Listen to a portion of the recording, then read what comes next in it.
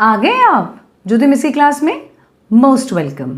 चलिए अब हमको जो सीखना था कैपिटल लेटर्स में, जैसे हमने जो लास्ट वीडियो में सीखा था वो था ये 6 अक्षर हमने सीख चुके थे। अब हमें नया सीखना है, तो अभी हम शुरुआत करेंगे ओ से। ओके, ठीक है। अब यहाँ पे हम सीखेंगे ओ, जो ये हमने स्मॉल लेटर्स सीख चुके हैं ये वाला पुराने वीडियोस में। अब ये वाला ओ सीखेंगे। सिर्फ फर्क क्या है पता है? ये जो डंडी आ रही है ना, ये डंडी यहाँ पर नहीं है, बस दैट्स इट। उसके अलावा कोई फर्क नहीं है। यहाँ पे 2 लाइंस में, यहाँ पे 3 लाइंस में, दैट्स इट। बस सिंपल है। That is O for owl. वापस से यहाँ पर ओ फॉर आउल, ठीक है। This O for owl, that's it. हो गया, बहुत सिंपल है। अब आपको तो इसमें प्रॉब्लम भी नहीं आएगी, क्योंकि ये जो चीज़ें जब इसमें मैंने आपको सिखाया था तब टिक टॉक करके, तो ये चीज़ में हम बहुत अच्छे से सीख चुके हैं। तो यहाँ पर तो हमको प्रॉब्लम आनी ही नहीं चाहिए, राइट। बहुत सिंपल है। बस अब इसके ऊपर बच्चे लिखते जाएंगे। इसके ऊपर आपको पता है मेरा मेथड क्या है, वो तो पिछले सारी वीडियोज़ में मैं आपको सिखा चुकी हूँ जब हमने स्मॉल लेटर्स किए थे, राइट। बस वेरी सिंपल। बस ये ओ फॉर आउल लिखवा दे जाइए इस तरह से। पहले एक बार आपके लिखे हुए हैं उसके ऊपर लिखवाइए, और इसके बाद तो बच्चा खुद लिखेगा। That is O for owl. Very simple. O for owl, O for owl. है ना बहुत सिंपल? बहुत सिंपल है, राइट। चलिए आगे बढ़ते हैं। और हाँ, इसको कम से कम 2 पेज तो प्रैक्टिस ज़रूर करवाइएगा। हमारा ओ फॉर आउल तो हो गया। अब नया क्या सीखेंगे? अब हम सीखेंगे एम फॉर मंकी। स्मॉल वाला तो हम सीख ही चुके हैं, ठीक है, हमारे पुराने वीडियोस जिसमें हमने स्मॉल ABCD लिखा था। अब यहाँ पर कैपिटल एम जैसे हम नॉर्मल एम लिखते हैं वैसे ही, पर थोड़ा सा यहाँ पे स्टाइलिश आता है बस। बाकी एकदम सेम है, एकदम यूं इस तरह से एम लिखते हैं और थोड़ा सा पूंछ, बस दैट्स इट। हो गया एम फॉर मंकी, ठीक है। This is M for monkey. Easy हो गया। बस ये तो बहुत ईजी है। अब इसके बाद बच्चा इसके ऊपर लिखेगा इस तरह से, राइट। ऐसे जो मैंने आपको हमेशा सिखाया, मेरा वाला पैटर्न, ज्योति मिस का पैटर्न आप जानते हैं ना, कि आपको ही लिखना है और बच्चा बोल बोल के लिखेगा, फिर इसके ऊपर लिखेगा। बस जब आप ये पूरा कम से कम एक आधा 1 पेज भर जाएगा, बस इसके बाद खुद लिखेगा। बहुत ईजी है, बहुत ईजी।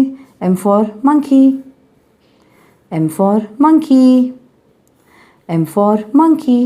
है ना ईजी एकदम? हार्ड है? बिल्कुल भी हार्ड नहीं है, है ना। बस अभी ये कम से कम 2 पेज लिखवा दीजिए, ठीक है। अब इसके बाद नया अक्षर सीखते हैं। हमने एम भी सीख लिया। अब हम सीखेंगे एन फॉर नेस्ट। अब यहाँ पर स्मॉल लेटर तो आप सीख चुके हैं, अब ये कैपिटल लेटर है एन का। बहुत सिंपल है, कोई प्रॉब्लम नहीं है इसमें। बस N for nest, very simple. N for nest, ये तो नॉर्मल हम वैसे लिखते हैं, बस थोड़ी सी पूंछ यहाँ पर और थोड़ी पूंछ यहाँ पर आ रही है, बस दैट्स इट। उसके अलावा कोई ज़्यादा फर्क नहीं है, सिंपल एन और इस एन में। और इसके बाद क्या होता है ज्योति मिस का स्टाइल? इसके ऊपर बच्चा लिखेगा बोल बोल कर N for nest, right. This is N for nest, this is N for nest. बस इसके बाद उसे खुद के लिखने की बारी, और बच्चा खुद आराम से बहुत अच्छे से लिखेगा N for nest, N for nest, N for nest.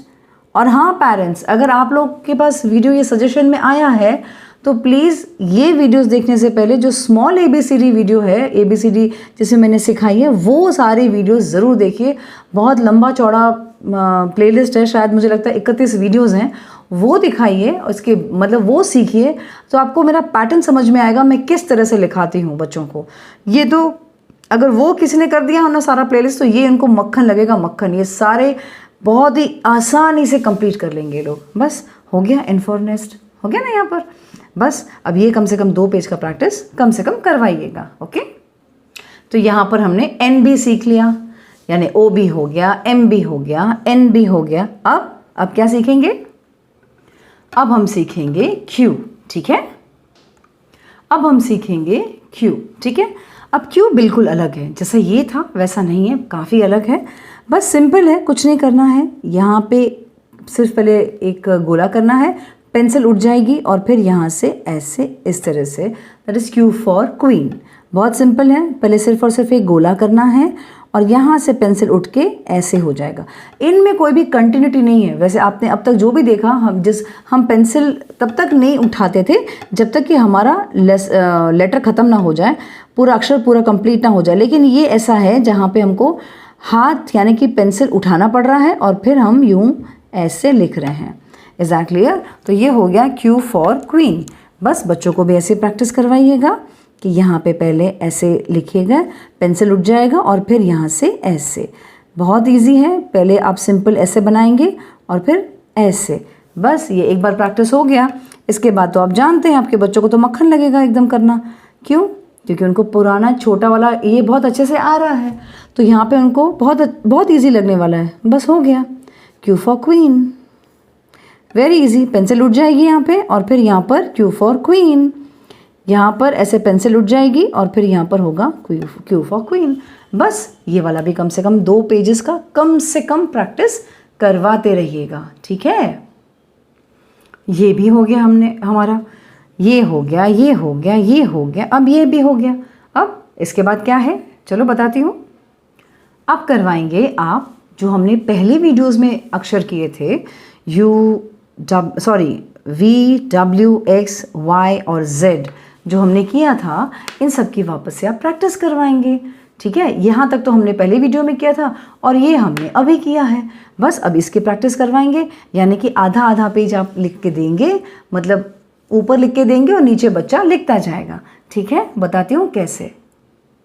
या जैसे आपने लिख के दिया था, अब बच्चों ने पेंसिल से लिख दिया है ऐसे, तो बस ये पेंसिल से बच्चा लिखता गया होगा और जैसे जो रेड पेन से है वो आपने लिखा है। बस इस तरह से ये पूरा का पूरा इनको बहुत ही अच्छी तरह से करवाना है। आई होप आपको अच्छे से समझ में आ रहा है, राइट?